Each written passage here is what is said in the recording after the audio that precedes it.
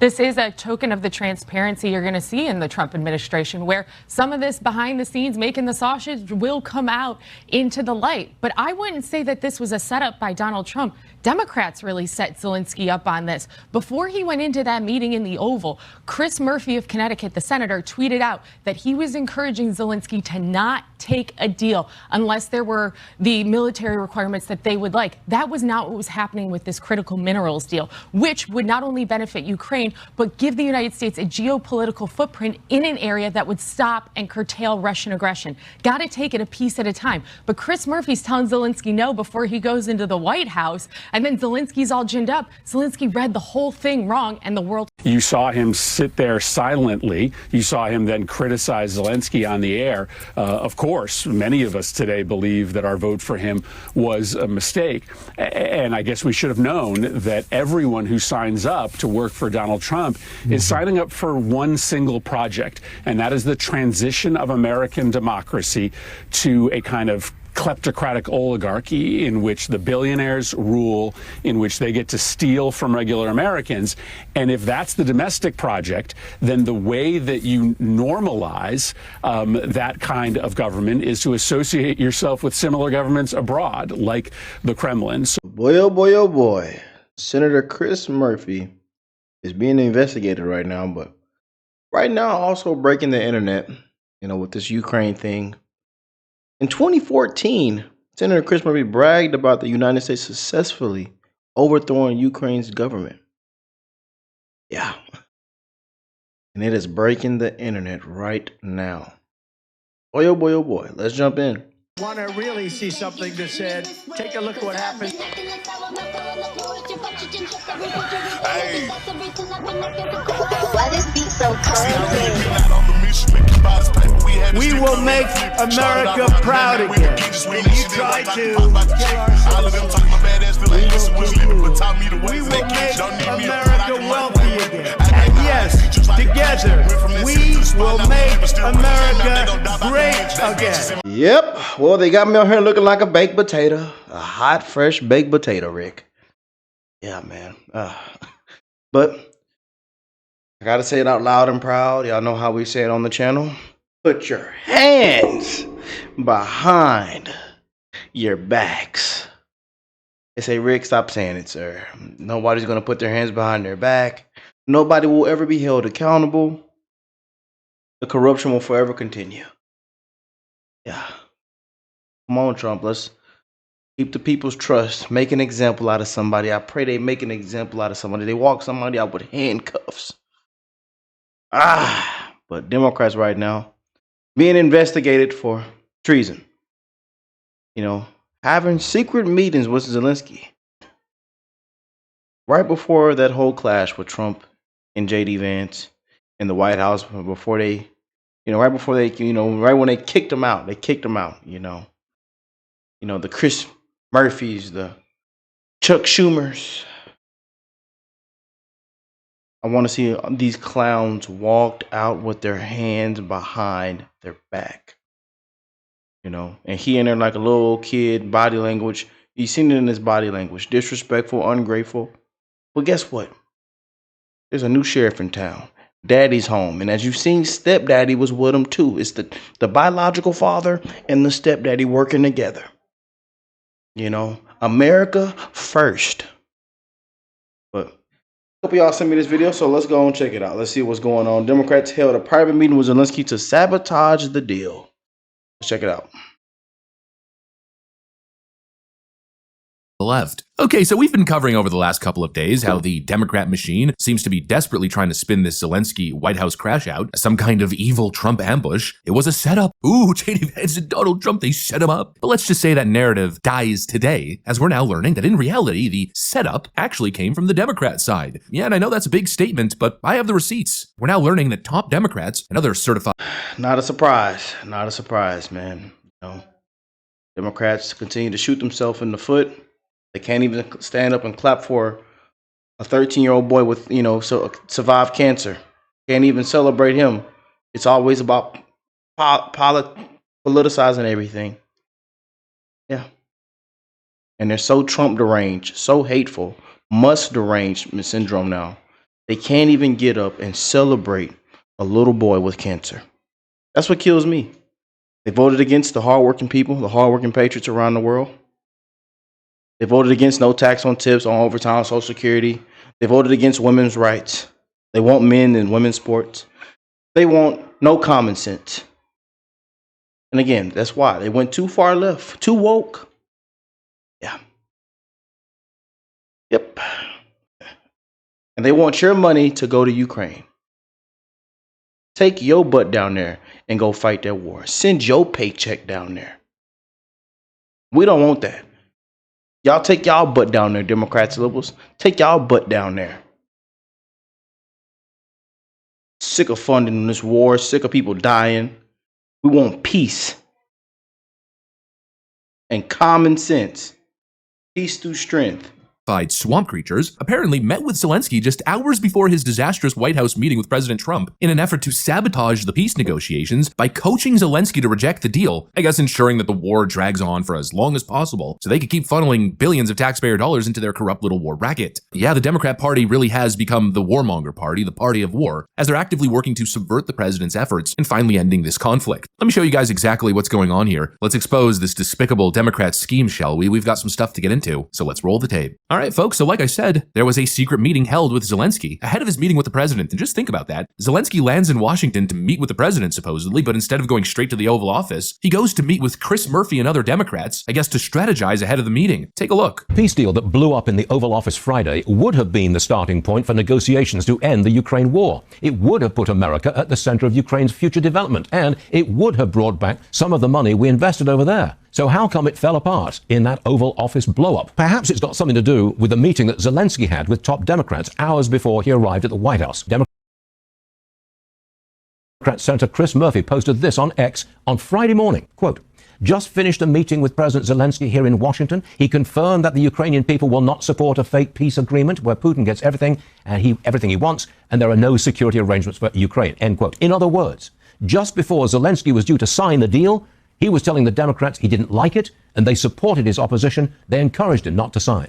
Then Zelensky went into the Oval Office, rolled his eyes, talked over the president, argued with him, and killed the whole thing. Unfreaking believable. Although I wish we had that privilege, unfortunately, you have to believe it because that's exactly what happened. And it's not like the Democrats are trying to hide it. Just like what was said in the video, Chris Murphy literally tweeted ahead of the meeting. Just finished a meeting with President Zelensky here in Washington. He confirmed that the Ukrainian people will not support a fake peace agreement where Putin gets everything he wants and there are no security arrangements for Ukraine. Yeah, clearly we understand exactly what happened. They met with Zelensky and they created this whole premise that Donald Trump essentially wanted to drop him and give Russia everything that they wanted. They sat with the guy probably coaching him to reject the deal, feeding him the same idiotic, bad faith talking points that the mainstream media has been pushing the last few days. He guarantees in Trump's plan. Trump just wants to give Vladimir Putin everything. It's a fake deal. And so no wonder the thing went off the rails. And really, I find this notion funny, that Ukraine was offered no security guarantee. The mineral deal itself, in a way, is a security guarantee. If American companies are investing in Ukraine's mineral sector, well, that inherently creates a security guarantee. Because the last thing Russia wants is to start messing with American assets. If all of a sudden American companies are positioned in Ukraine and operating, well, it becomes a completely different foreign policy calculation for Vladimir Putin and the Kremlin than it would otherwise. You think Putin wants to deal with the fallout of attacking an area packed with US infrastructure, personnel, and corporate investment? Of course not. It's foreign policy for kindergartners. You have Trump extending economic partnerships in Ukraine, bringing Zelensky to the White House for what should have been probably a historic moment, signaling a path towards the end of this war. The security guarantee is basically baked into the cake of the agreement. All Zelensky had to do, again, was show up, shake hands, say, I'm going to be at the negotiating table, and look, if you have issues at the negotiating table, you could raise them there. But instead, what he did was show up to Washington, team and scheme with the Democrats, where they clearly strategized against Donald Trump and created this whole premise that Zelensky...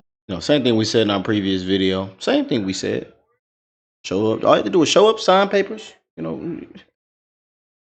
say thank you, put a suit on, eat lunch. The little things, man. Now we going into the room with the little Democrats. We go in a room with Democrats having secret meetings.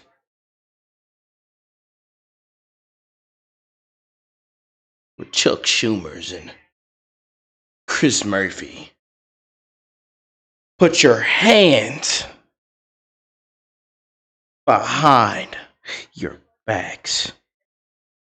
Zelensky had to push back on the Trump administration that was supposedly caving to the Russians. And then Zelensky walked into the Oval Office and probably reiterated all. And I won't even say that. I say, you know what? Send Chris, send Chuck, send all of them down there. How about y'all put them on a flight and send Nate down there? Let's do that. Y'all love Ukraine so much. Y'all love the y'all defending. Go down there and defend. Go down there. We'll clap for you on the way out. We will clap for you on the way out.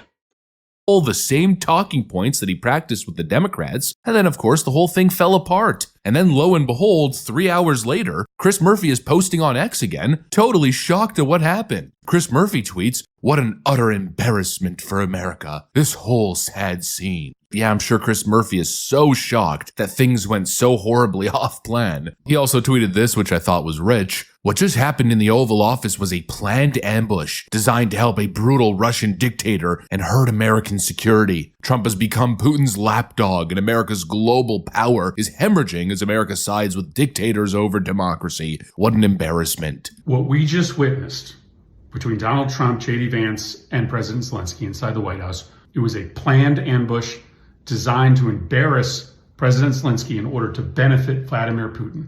That was an embarrassment. That was an abomination. What you watched was American power being destroyed in the world as everybody watches President Trump become a lapdog for a brutal dictator in Moscow. The White House has just become an outlet for Kremlin propaganda.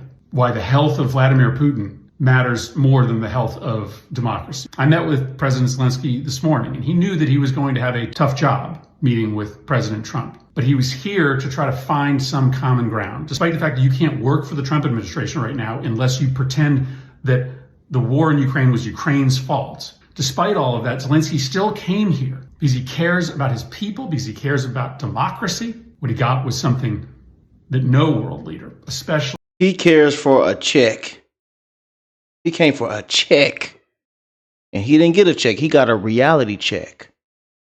Why out? Right upside the head. They pulled the belt out. Daddy's home. Stepdaddy home too.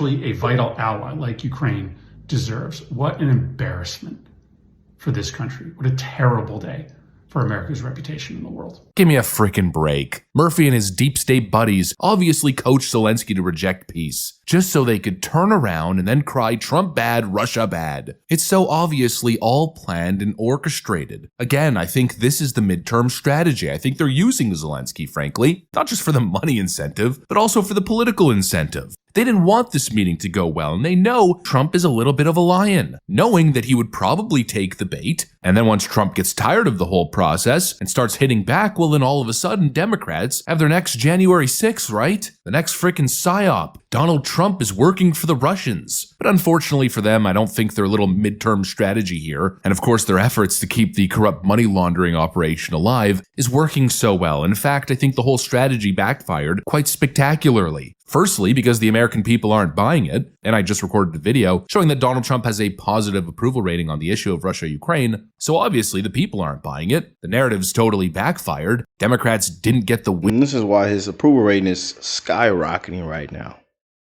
And you see the polls of how Americans feel right now with this whole Ukraine situation. And how they want us to they agree with President Trump to halt, and I think it should be permanent. You know, win that they were hoping for, and now that all the heat's coming down on Zelensky, well, despite the sabotage, he's now waving the white flag and essentially groveling at Trump's feet. Look at this. Zelensky just posted this on X. "I would like to reiterate Ukraine's commitment to peace. None of us want an endless war. Ukraine is ready to come to the negotiating table as soon as possible to bring lasting peace closer. Nobody wants peace more than Ukrainians. My team and I stand ready to work under President Trump's strong leadership to get a peace deal that lasts. We are ready to work fast to end the war, and the first stages could be to release prisoners and truce in the sky, ban on missiles, long-range drones, bombs on energy and other civilian infrastructure, and truce in the sea immediately. If Russia will do the same, then we want to move very fast through all next stages and to work with the US to agree to a strong final deal. We do really value how much America has done to help Ukraine maintain its sovereignty and independence, and we remember the moment when things changed when President Trump provided Ukraine with javelins. We are grateful for this. Our meeting in Washington at the White House on Friday did not go the way that it was supposed to be. Well, that might give you some insight. Yeah, I don't think the sabotage efforts worked. It is regrettable that it happened this way. It is time to make things right. We would like future cooperation and communication to be constructive. Regarding the agreement on minerals and security, Ukraine is ready to sign it at any time and in any convenient format. Well, then sign the damn deal. It's like 3 times that this guy backs out. We see this agreement as a step towards greater security and solid security guarantees, exactly, and I truly hope it will work effectively. And so there you go. It started off with what Chris Murphy posted, that Zelensky confirmed, or I think what he meant to say was confirmed to us, that he won't support a fake peace agreement, and that really seemed to be the suggestion that he was making constantly throughout that interview, or rather that meeting with President Trump and his cabinet, that a peace deal with Vladimir Putin is impossible because it would be a fake agreement that Putin wouldn't stand up to. When there was a mention of a ceasefire, Zelensky fought back and looked extremely uncomfortable in his body language. We went from that attitude to now him basically, line after line, giving in to everything that Donald Trump was saying. And that's obviously because of the fallout. They thought that they were going to make Trump look like a fool and get everybody back on the war effort and get the emotions riled up that were needed to continue endless spending in the region and the continuation of this war for God knows how long. But instead, it seems as though it backfired spectacularly. Their little strategy scrum ahead of the meeting didn't go as planned. And it now turns out that Donald Trump is pretty much getting everything that he wants, which again exposes them so badly because they were making the claim that it was an ambush and that Donald Trump was working on behalf of the Russians, that Donald Trump's demands were so ridiculous. But apparently, now Zelensky is falling in line with everything that Donald Trump suggested. I guess the ideas that he were presenting really weren't all that extreme after all, huh? Anyways, I guess it's just another day in Washington, more Democrats scheming and sabotaging, and Donald Trump just getting the frickin' job done yet again. Anyways, that's pretty much. Put your hands behind your back. Once again, like I say, these people are frauds. I definitely want y'all to hear and check this out before we end today's video. But this is in 2014. Chris Murphy bragged about the United States successfully overthrowing Ukraine's government. Check it out. I think it was our role, including sanctions and threats of sanctions, that forced, in part, Yanukovych from office. Now, the question is, what can we do to support this new government? There's going to be a lot of talk about an assistance package. With respect to Ukraine, we have not sat on the sidelines. We have been very much involved. Members of the Senate who have been there, members of the State Department who have been on the square. The administration, the Obama administration, passed sanctions.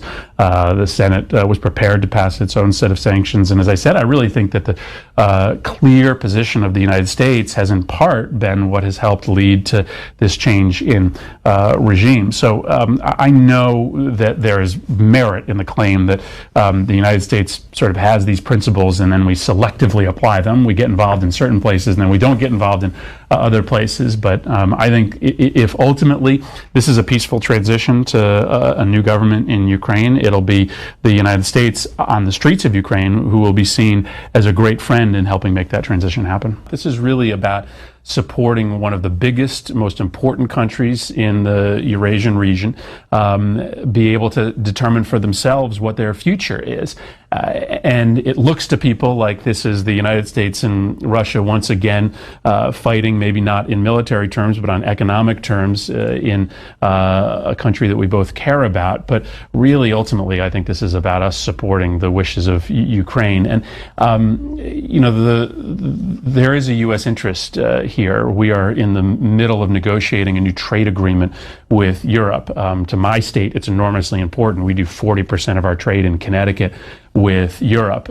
If Ukraine is part of the European Union and thus is part of this new trade agreement with the United States, that could result in billions of dollars in new economic opportunities for the U.S. So we do have an economic interest in the Ukraine being part of the European Union, and we shouldn't be shy about making clear that interest. Isn't it true that Yanukovych was elected for the first time in 2010 for one 5-year term?